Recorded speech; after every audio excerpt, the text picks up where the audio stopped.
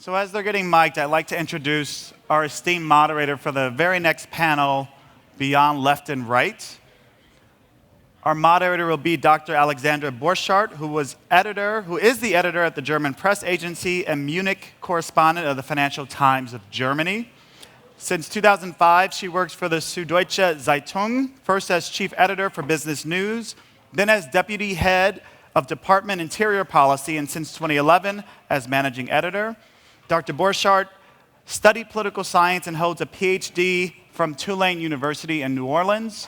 She, once everyone is mic'd, will introduce the rest of our panel. So please join me in welcoming Dr. Alexandra Borchardt, who will introduce our esteemed panel for what promises to be a provocative conversation. Hi, how are you? Yeah. Huh? You sit down next to me. Yes, thank you.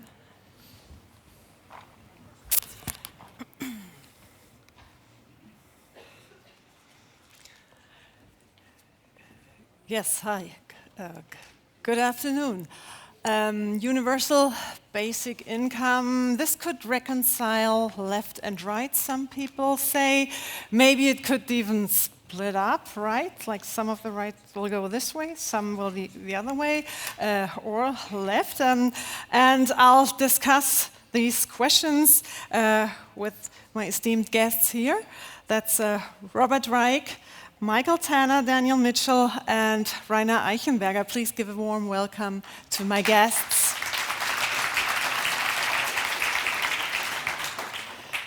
And I promise you now, you've been listening enough to about many things, about examples and basic income and how much good it does. So I promise you this will be a little bit more controversial here. I hope so. You will see the first controversy of the day this morning, right before lunch. Professor Robert Reich. I probably don't really have to introduce you. Most people know you as a former United States Secretary of Labor in the Clinton administration from 93 to 97. You are currently Professor of Public Policy at University of California in Berkeley and author, commentator. And basically, you say about universal basic income, we have no choice. You have to explain this to us, because this sounds a little bit depressing as someone who's used to really making things work. You mean when I say it, we have no choice? We have that's to have depressing? a basic income. Yeah, I think it's depressing No, not to have a choice. You interpret me exactly the opposite way. It's inevitable. Universal basic income is inevitable. And I won't take up much time now, because I'm going to be able to make a little bit of a longer presentation later. But let me just say very quickly, it's inevitable because, number one, technology is supplanting more and more jobs, but it's also supplanting more and more wages. People in the United States, for example, are certainly working. Unemployment is down, but you have the middle class shrinking, more and more people in low-wage occupations, and that, in turn, is creating, number two, a crisis of aggregate demand. That is, there is just not enough money to purchase all of the things that an economy is capable of generating, and that's going to be even more the case in the future. So you do have to have a method of taking all of the wonderful gains that technology is going to be generating for us and recirculating the income from the owners of that technology to everybody else in order that they can afford to buy it. And number three, I think that rich societies, and we've talked a little bit about this with the question about abundance, rich societies are societies that should aspire to having people who are doing more of what they want to do and less of what they don't want to do, regardless of how you define work. I certainly, as somebody who's getting very close to retirement age, I'm sensitive to the fact that many of my colleagues, many of my peers, continue to work, but the definition of work is really they like what they are doing. And they would want to continue to work for as long as they possibly can. 98% of humanity today is doing work that they don't really like to do, would rather not do it if they could not. And I think that when we unravel the meaning of this social contract in terms of the expectation that people work, we've got to address this fundamental dichotomy in the meaning of work. Okay, but one more question to you. But isn't this just giving in to the happy few, the Silicon Valley elite that's making so much money and that says, oh, you know, let's distribute the rest to those who are there, they need basic income? Well, I don't think it's giving in to them. What Silicon Valley is basically beginning to realize. In fact, I was visited about 9 months ago by a CEO of one of the biggest high-tech companies in Silicon Valley who wanted to talk about basic income and inequality. And it wasn't until the end of this hour conversation that I discovered why. And it goes back to what I said a moment ago about aggregate demand. He said, we're looking ahead 10, 15, 20 years and wondering who's going to be able to afford our products. Okay. So if you call that giving in to him, that's a kind of an odd way. I mean, if giving in is making more people, freeing more people up to have full and productive and useful lives that they would like to have, then let's give in. Yeah, let the rich get rich, right? I didn't say that. Okay, we'll talk about that later, probably. Well, thank you so much, Robert Reich. Michael Tanner is a senior fellow at the CATO Institute. That's a think tank. It's a libertarian think tank. I think I have to say this here because, we would maybe say liberal, but liberal in German in the States means much more what maybe the side you were on, more like that. So libertarian, definitely in Washington. Your research has been on poverty, on social welfare, on healthcare reform. You're heading a project on social security choice, and you wrote quite a few books. And you say the current welfare state is a clear failure. Why is that? Well, let me start by saying there actually, I think, is a long history of liberal support for the idea of a universal basic income in some form, or at least a negative income tax in some form. F.A. Hayek wrote about it, Robert Nozick, Milton Friedman, of course, Charles Murray today, all support this. And the idea is that while, as a libertarian, I would prefer that our redistributive activities and our welfare activities be voluntary, as with most of the activities in society should be voluntary, the welfare state exists, and therefore we should want it to be as efficient and as humane and as practical and affordable as possible. And the current social welfare system seems to fail in all of these regards. A universal basic income has the potential to be much more transparent, much more efficient. It eliminates the multiplicity of programs we have now that are often contradictory in terms of their eligibility requirements. You can get this program, but then you lose that program. You have to fill out separate paperwork for this, but then you may or may not be eligible for something else over here. People identically situated can often have very different levels of benefits because of their eligibility, because of minor differences in eligibility or even differences in how they apply for the paperwork. You would know which programs work and which ones don't. You could determine how much we're spending on welfare, which is often very difficult to track down, or how much individuals receive. Second, it would treat individuals on welfare like adults. Currently, we treat them like they're a 3-year-old receiving their allowance, and we'll give them a little bit of here for housing. We can give them something else that they can get some food, and here we'll give them their health care over here. We don't expect them to take any responsibility. We don't expect them to budget like everyone else. We don't expect them to make choices like everyone else. We're determined to make those choices for them, often in very punitive ways. And a guaranteed national income or universal basic income would simply allow people to have money and then tell them that they're in charge of their own lives and that they're expected to take responsibility for their lives just like everyone else. And finally, you would deal with the disincentive problem that currently exists with welfare benefits, that as you begin to phase out welfare, it creates a huge disincentive for work in the United States and elsewhere. And in fact, according to the OECD, in Switzerland, someone who leaves welfare and takes a job that pays 50% of the median wage would actually face a 97%, a mother with 2 children would face a 97% marginal tax rate. So taking the job rather than being on welfare would gain them almost nothing in terms of income. That creates a huge disincentive for work. So at least in theory, a universal basic income would correct the flaws that exist within the current welfare state in a better way. Now, it has a lot of difficulties, which you'll hear later on, that need to be taken into account. But at least there's a theory behind it that says it would work better.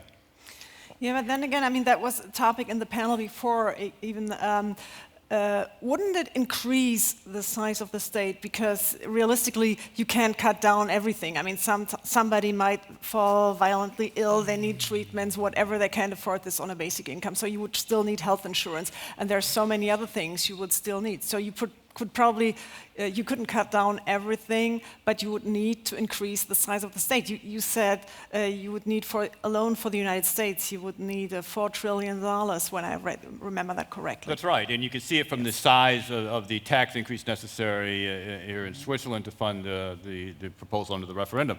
Yeah, that's why we would think that a totally universal benefit is probably unaffordable, and it would need to be clawed back in some way, such as with a negative income tax. And then the question would be, how much of the current welfare state could you replace? Insurance is a particularly tough nut to crack in that, although Charles Murray in his proposal says that individuals would be able to buy at least catastrophic coverage out of the money that they have. So I think you've got to be very careful about how you're funding this. What we don't want this to do is actually increase the size of the state and therefore the cost of the state, which would inevitably decrease the very prosperity that makes it possible to fund benefits. I mean, essentially, you don't want to cut off your nose to spite your face by eliminating the ability of capitalism to generate wealth, which is the wealth being necessary to fund the welfare state. Okay, well, thank you, Michael.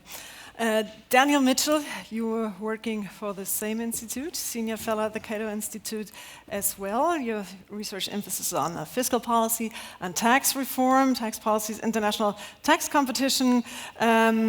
Before you were a senior fellow with the Heritage Foundation, and you worked as an economist for Senator Bob Packwood in the Senate Finance Committee before. And in your recent blog post, I think it was yesterday's blog post, I don't know, I think you wrote, "I'm of the opinion that the Swiss are the world's most sensible people." Is one reason for that quote that they're going to vote on this universal basic income now? When I think of universal basic income and all the issues that we've been hearing about, I have 3 words: nope, hope, and dope. My nope part is that I disagree, or at least I question, one of the fundamental assumptions behind it, which is that, oh my God, this digital revolution is going to put us all out of work. People said that about the agrarian revolution. People said that about the industrial revolution. Now, when I talk to people about this, they said, well, wait, that was different because we had other technologies to take their place that created other jobs. What's going to happen this time? I don't know. But if you had asked me the same question at the beginning of the agrarian and the industrial revolutions, I wouldn't have known that answer either. So I do have some faith in the ability of markets to adapt to the digital revolution. So I'm not quite as pessimistic as some people. So that's the nope part. The hope part actually reflects what we just heard on the previous panel on this stage. I'm actually very encouraged for some of the reasons Mike was just talking about, these experiments that are taking place. I would love there to be some good formula for not only making poor people's lives better, but for creating independence and self-sufficiency and self-worth for poor people. And so if some of these experiments seem to be generating those kinds of results, that would be great. But here's the dope part. And it's not really dope, it's dopey, because it's the belief that you can take these private voluntary initiatives that are getting good results and then turn them into giant one-size-fits-all government programs and think that they're going to work when they would necessitate, in the case of some of the assumptions about what it would take in America or what we see with the Swiss referendum package, the increase in the burden of government spending would be so enormous, and the accompanying increase in tax rates and the impact that that would have on incentives. I think that's why, the last article I saw, and I'm certainly not an expert on the Swiss political system, we have that expert right here, but the poll I saw, an article about an English language outlet, was 72% against. And so the reason I wrote that the Swiss are the world's most sensible people is you have direct democracy, which actually goes very much against what our founders in America, they were very concerned about majoritarianism, but the Swiss people have made majoritarianism work because they seem to actually be very rational about what's actually practical at the end of the day. And I think they're going to decide that a big, giant government-run basic income just is too expensive. So what would you suggest instead of that? I like what people were talking about on the previous panel, the voluntary initiatives, the local experiments. As a social science researcher, I would love it if a single Swiss canton did this and did it for 10 or 15 years, and we generated results, and we could see. I do have a gut instinct. I hope I'm wrong, but I have a gut instinct that this is going to have a negative effect on labor supply over time. And what are the two factors of production? Labor and capital. That's how we get economic output to make our lives better. Well, if you're creating sort of a long-run dependency problem, now, of course, the current welfare state does that as well. So that's why I do have this hope part that somehow all this discussion and debate is going to lead to things, hopefully on a more decentralized or private basis, that will give us the kind of results that I think we all hope for. Okay, so you contradict Robert Reich here, who says this is inevitable. No, you say it's not inevitable at all. We can still do other things. I might not contradict him because I'm a horrible pessimist. I'm a pessimist. I was hoping for some controversy here. Come on. I'm a libertarian who believes in small government and maximum individual freedom. And I think Thomas Jefferson was right 200 and something years ago when he said that the natural progress of things is for liberty to yield and government to gain ground, or something like that. So my whole life has been government getting bigger, and I expect the rest of my life is government getting bigger. So at the end, on my deathbed, I'm going to be thinking, damn it, Robert got what he wanted, and I didn't get what I wanted. Okay, thank you so much. Listen to that pessimist here. So now, controversy. Professor Reiner Eichenberger, he's a professor of theory of finance and economic policy at the University of Fribourg in Switzerland, and the research director of the Center for Research in Economics, Management and the Arts. He's been called one of the most influential economists of Switzerland, and an expert in theory of financial and economic policy. And you say, your quote I found intriguing was, universal basic income leads to servitude rather than to liberty. Maybe you can talk about that. So it makes us unfree, not free. The first sentence I like today is what you said. So if this were so good, this basic unconditional income, each community each municipality could introduce it, and each canton could introduce it and be very successful with it. So why don't they do it? Because it would fail. And so what I heard today is, so from my point of view, I do not want to insult anyone, but it's absolutely trivial. All these experiments in Africa and India, that's economics 101, huh? First semester. If you want to enrich the poor, if you want to give them transfers, of course you should pay them unconditional transfers. We know this in economics, so don't do these experiments. It's absolutely clear. People like it.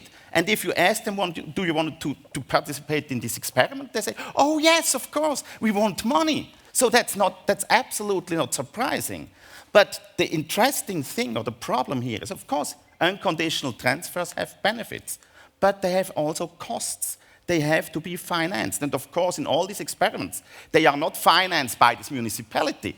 Try to find them an African village and say, oh, we have a good idea. And we make now an experiment, unconditional basic income, and you have to pay for it. They would shoot you, of course. Huh? But so, and of course, the problem is the tax. So, and we know it all. Huh? We can read it, Kirchgessner's estimations, then the German estimation for Germany. If you add it up to the Swiss level, to 2,500 Swiss francs per month, we end up with 100% marginal tax rate for each franc earned beyond 2,500 francs. Huh? And obviously this does not work. Huh? So this would lead, of course, to slavery. So it's the way to serve them. We would have so high taxes, of course, and the government had to control it, because people would try to evade the taxes. They would work in the black economy. They would not really stop to work, but they would do everything in order to evade the taxes. Of course, government would control everything, and so we would end up in slavery. But nevertheless, so now it's my coming out. Huh? I'm nevertheless in favor of this initiative. I will vote yes. And because I read the text. And the text says, der Bund sorgt für die Einführung eines bedingungslosen Grundeinkommens, so for an unconditional basic income. What you discussed about today, or what you think about, these 2,500 Swiss francs, that's always conditional. It's conditional upon that you are not working. Because when you're working, it's taken away from you again, these 2,500 francs. So only people who do not work get the 2,500 francs. So this means it's conditional. And the only way to implement the unconditional income, if you accept this initiative, Parliament has to work out the laws, and they have to say, okay, the only possibility is that you can choose for 4 years of your life to have this unconditional basic income. This means you can have 100,000 francs per life, once in a lifetime, for 4 years, about 25,000 Swiss francs. And this is nothing else than the basic unconditional capital, which I favor. And I think that's the good proposition. Everybody should get 100,000 francs when he is 20, and he can spend it under some regulations by the government. He can spend it for his education. He can spend it for bad times in life, so when he needs money, when he does not earn his money himself. And then we get rid of all the problems. When people have good incentives to work, what he said, now we have this real problem, 100% marginal tax when you get social payments, then people would work on their own account. They have this 100,000 francs, they can take from it, or they can work. And when they work, the marginal tax rate is 0. And 100,000 francs per Swiss inhabitant or inhabitant of Switzerland would make 8 billion per year. And we could pay for it, because when people could pay their university education themselves with the 100,000 Swiss francs, we could deregulate universities. Universities would become much more efficient. We could deregulate today's social support. This would bring a lot of money. So in the end, we would end up with more benefits than 8 billion. We would pay 8 billion, everybody would be free, and everybody would be okay. Okay, I can already see this whole consultancy industry popping up, with everybody going to the 20-year-olds and recommending them how to spend their money and getting their fair share of it. But this is an interesting concept. Maybe anybody here, would you want to comment on this? Basic capital? Of course, I think, of course, it's an idea which has been discussed in the United States around 2000, so it's more or less the stakeholder idea by Bruce Econom. Well, in the United States, we have the largest anti-poverty program is called the Earned Income Tax Credit. It is basically an income supplement. It was the original idea of conservative economists, Milton Friedman and others, and although it doesn't work perfectly, it works very well. But what I hear on this panel is something that is interesting about the concept as a concept of universal basic income. Libertarians and others can all agree, because the concept itself papers over the underlying question of, is this a mere substitute for social welfare programs that are already existing, or is this in addition to, and is it truly universal? And I would say that at this conceptual stage, why not get us all together? It's much more interesting to agree, but is it for the audience? But I think that we do at some point have to face the ultimate question, and that is, can a rich nation, we're not talking about curing poverty around the world, can a rich society afford to change the concept of work and the social contract that underlies that concept, and enable more of its citizens to essentially live without the fear of starvation and the fear of poverty? And I think the answer should be, at least eventually, yes, that is a moral as well as an economic imperative. Mm-hmm. Yeah, the concept of work, we will be talking about this afternoon as well on a panel. But the the problem with tax evasion, I think this is worth discussing because, I mean, we are facing tax evasion right now as it is, particularly the big Silicon Valley companies that are paying taxes in Luxembourg or wherever to just evade paying back there at home where they could be put to use. Isn't that the real big problem, that you don't find enough companies to pay taxes to begin with? Oh, and we should not only formulate it always with tax evasion, but look at how Swiss labor market works today. So a lot of participants in the labor market are people who work part-time. And a lot of them, especially women, make less than 2,500 francs because they work between 20 and 50%.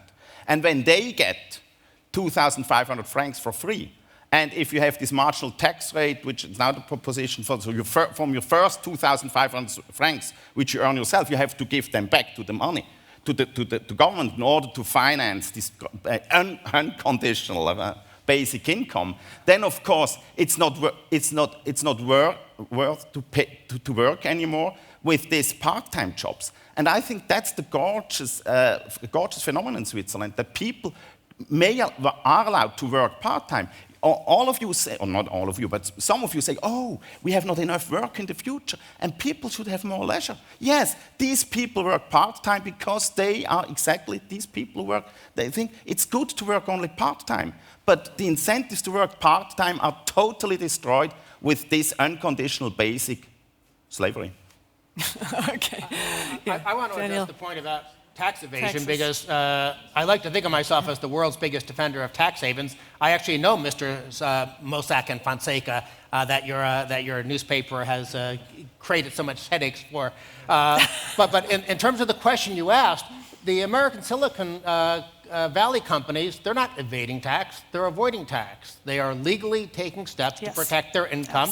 That means the money is being put to better use than if it was in the hands of the politicians who would use it for corporate welfare and all sorts of other wasteful programs. But they wouldn't do it when they had But also, it's very important to realize that if an American company earns money outside of America, the U.S. government should not be trying to tax it. Most of the world has territorial tax systems. That's the right approach. It's the good fences make good neighbors approach to taxation. So if an American company earns money in Germany, Germany should tax it, just as if a German company makes money in America, America should tax it. But taxation powers of the state should end at the border's edge.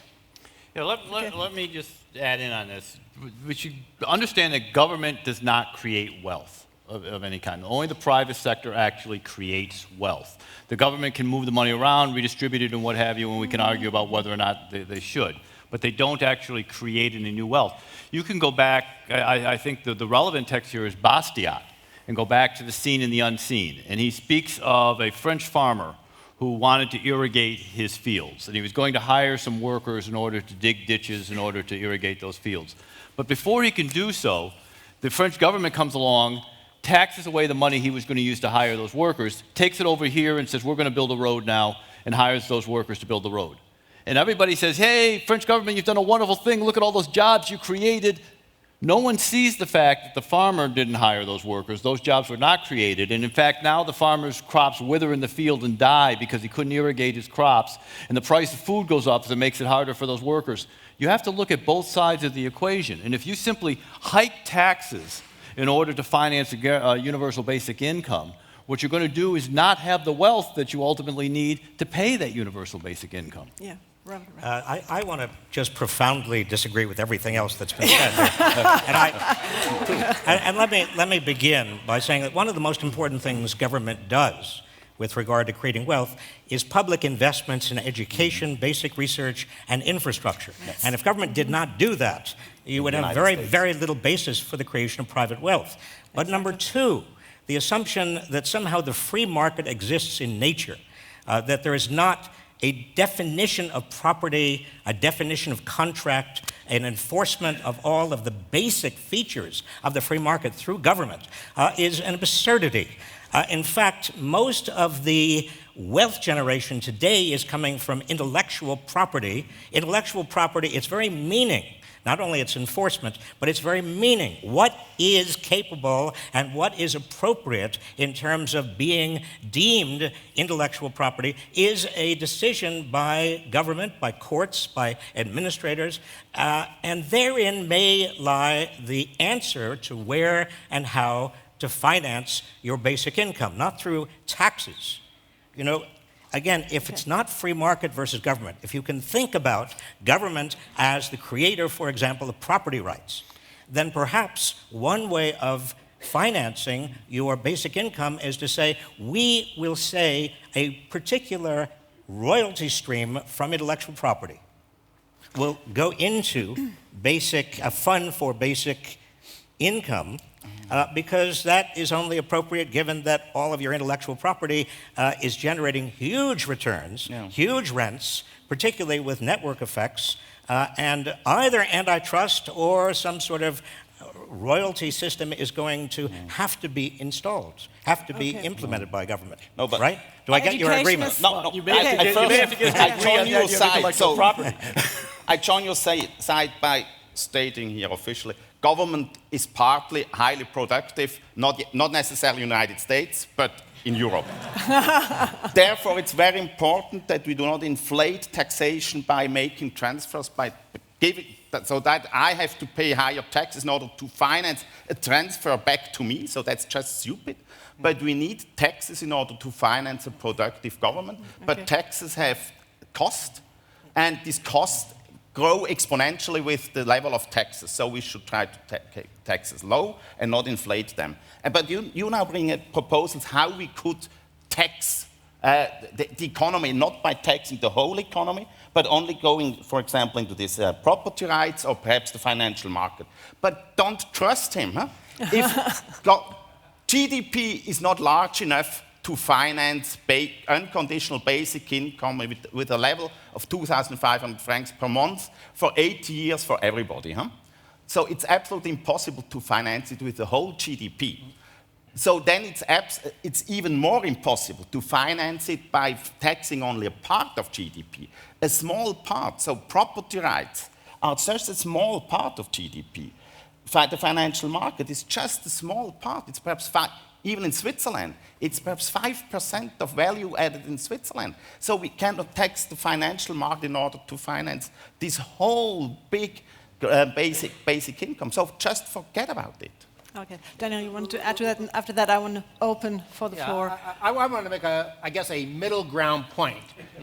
Because even though this will get me upset with some of my anarcho-capitalist libertarian friends who think I'm a big government squish, I'm going to somewhat agree with Robert in that there are certain core public goods, rule of law, property rights, because if for nothing else the private sector isn't allowed to do those things, the government actually provides value by doing those things. But the question is, at what price and how much?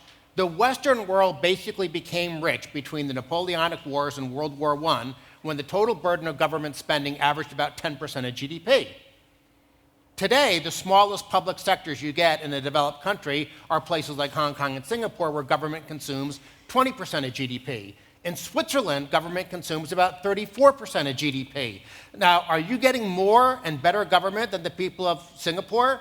Maybe, I don't know. But here's one thing I will say for sure. This is a question I posed to a French audience 2 years ago. Because in France, the burden of government spending consumes 57% of GDP. And I asked them, compared to across the border in Switzerland, are you getting more rule of law and property rights? Are you getting better education? Are you getting better health care? Are you getting better anything? And they said, no, and no. Or no. So it's not like we're disagreeing on the principles that there are certain core things, but it's how much and how big, and that's where I worry that the basic income, even though it has a lot of attractive components, and as I said before, I love the experiments that are happening, and I hope they're going to make the lives of poor people better, but as a big government, one-size-fits-all monopoly structure from a central government, I worry that makes Switzerland more like France and less like Switzerland. Okay. Well, I bet you're getting all real hungry here, but I'll still allow for 2 or 3 questions. Life's complicated. So many people showing up. I think you were the first back there. Yes.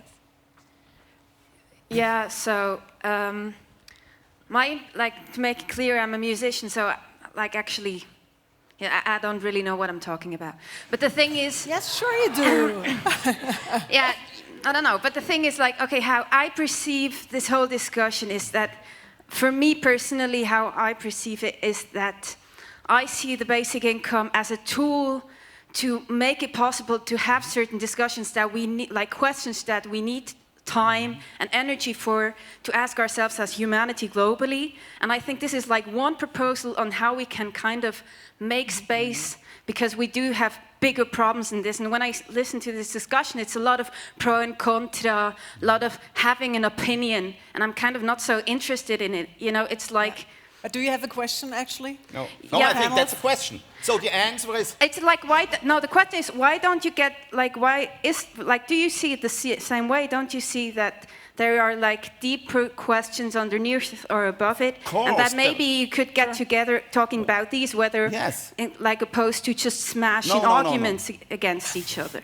No, I think it's, of course this is a good question, but one should not think about whether a basic income is good and brings about freedom over whole mankind. But you should look at cost and benefit at the same time.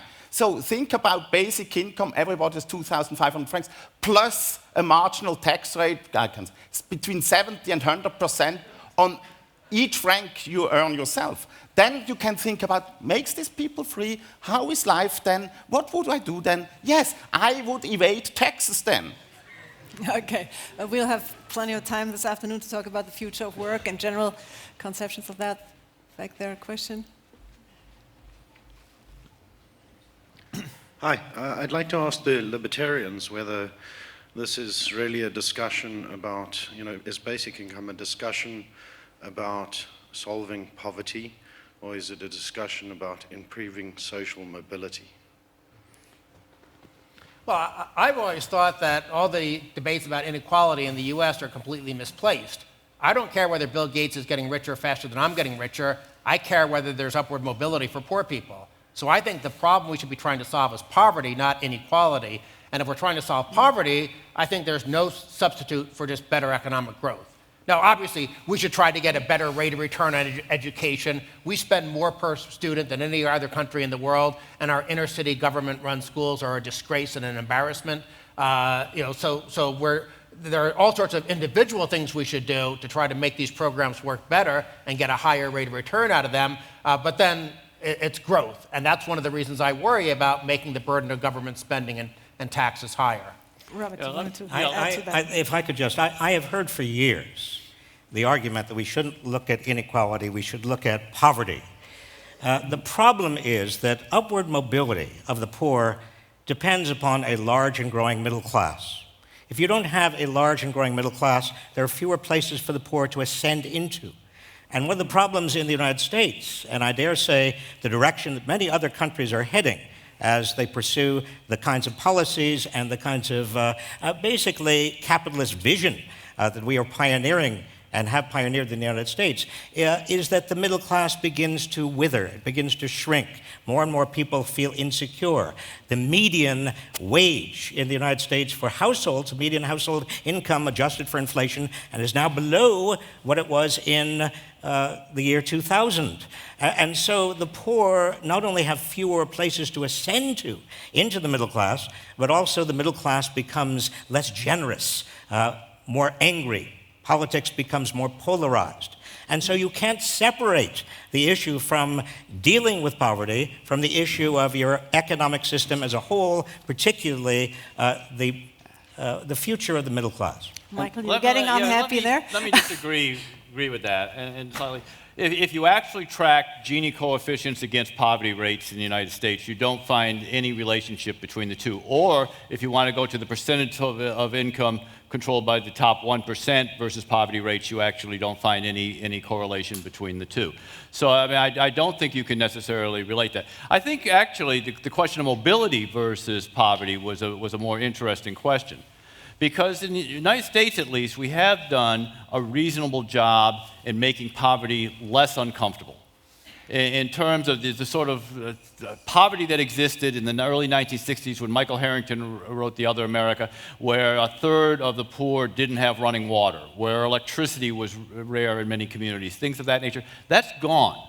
Widespread malnutrition is gone among the poor. Those sorts of things we have generally done a pretty good job at. What we have not done is a pretty good job at increasing the rate of which the poor leave the being poor and rise up the income ladder, despite the fact that we are having ever-increasing amounts of social welfare spending, despite the fact that, that every year we increase the amount of total spending on anti-poverty programs in the United States.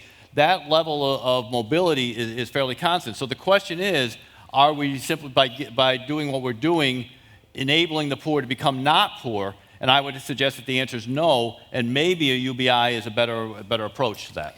Okay, one last question from this side of the room. Well, there's this.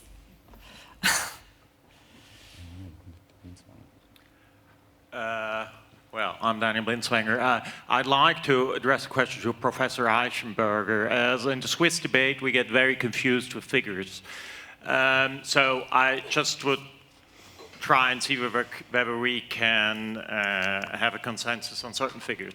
The Kirchgessner study that you quoted that ends up with exceedingly high tax rates, marginal tax rates, is based on a model of unconditional basic income that is truly unconditional. That is to say, everybody gets to keep what they get. This is not the model that is proposed in the current initiative. In the current initiative, you've made that point. Only people that would earn less than 2,500 francs would keep the money. If you are more, you don't get anything, unless you're incentivized to abandon your job, of course. Now, the cost of this model was calculated by the Swiss government, and it would be 25 billion francs. Expensive, 4% of GDP, expensive, but totally doable. Now, you, Professor Eichenberger, you've made the point, we have a big problem with that model. This is disincentivization. You will create a trap. Everybody who earns less will probably abandon its job. It would especially be a problem for part-time workers, and it would especially concern women, as we have a huge overhang comparatively of part-time working women in Switzerland. Okay, now, the proponents of the initiative have yet another model. They want to phase out the costs, which would mean that up to 4,000 francs, you would get to keep a part of what you're earning, and only at 4,000 and above, what you actually get would stay the same before and after introduction of the unconditional income. Would you ask your question? One sentence more. The figure of the costs will be 33 billion, roughly 7% of GDP, very expensive, but totally doable. If we do not say it has dynamic effects that change the equation, which might be, but if we just base the discussion on these figures, yes, it would be expensive, yes, it would be a huge expense off the stage, but it wouldn't be at all utopian. Okay, doable. I don't applaud, it's wrong. No, the point is, you now introduced a tax of 100% for the first 2,500 francs. You take away from everybody who works the first 2,500 francs. Exactly. And you started, you write in the Constitution it's unconditional, so this is not unconditional, first. And second, you started always with the discussion, oh, we have a problem, so people who work and who get now social payments, and if they work, so they were taxed by 100%, we have the Sozialfalle. And therefore, basic income would be good, it frees people, and now you come back with a model taking away everything under 2,500 francs with all the problems involved, which you talked about women working who make less than 2,500. Then you say 25 billion tax on the remaining incomes is nothing. That's just, no, it's actually wrong. 25 billions on only at incomes beyond 2,500 francs or above 2,500 francs. That's huge taxation. Okay. And you know the discussion about military service, 5 billion. So 5 times the Swiss army.